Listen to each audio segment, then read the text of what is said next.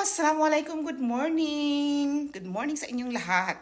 Okay, so sasagutin ko yung mga comments dyan na nagtatanong bakit daw ako lang a helper o walang kasama sa bahay. Alam nyo guys, after what happened last year, hindi na ako talaga kumuha ng kasama sa bahay. And mas less stress. Wala akong stress, nakasave na kami. Imagine from 2,000 plus na monthly salary na binibigay namin sa house helper.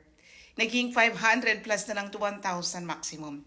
Depende kapag kumuha ako ng once a week sa company or twice a week. So meron pong company dito na tinatawag nilang dating urban company. Ngayon it's Yamak and Dari. At marami pa pong ibang applications na mapagkuhanan natin ng part-time cleaner.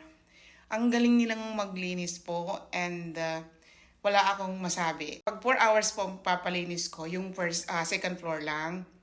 Minsan, konting 15 minutes sa stairs or yung sa kitchen. Ganon, hindi lahat ng buong first to third floor. Pero sobra magaling silang maglinis. Worth it yung 4 hours po. Minsan, kinukuha ko 2 hours lang. 2 hours, nalilinis yung buong first floor. Kasi itong first floor, guys, hindi naman ito nagagamit. Para sa mga bisita lang, nadadaanan lang. So, ganun lang. Talagang malaking savings po. Imagine, no, pag may kasama tayo sa bahay, syempre, yung pagkain niya, yung mga basic needs niya, at yung mga extra stuff na ibibigay mo sa kanila.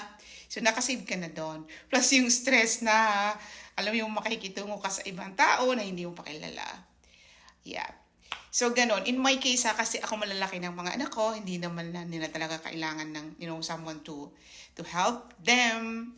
Malaki na sila, binata na sila, dalaga. So, yun.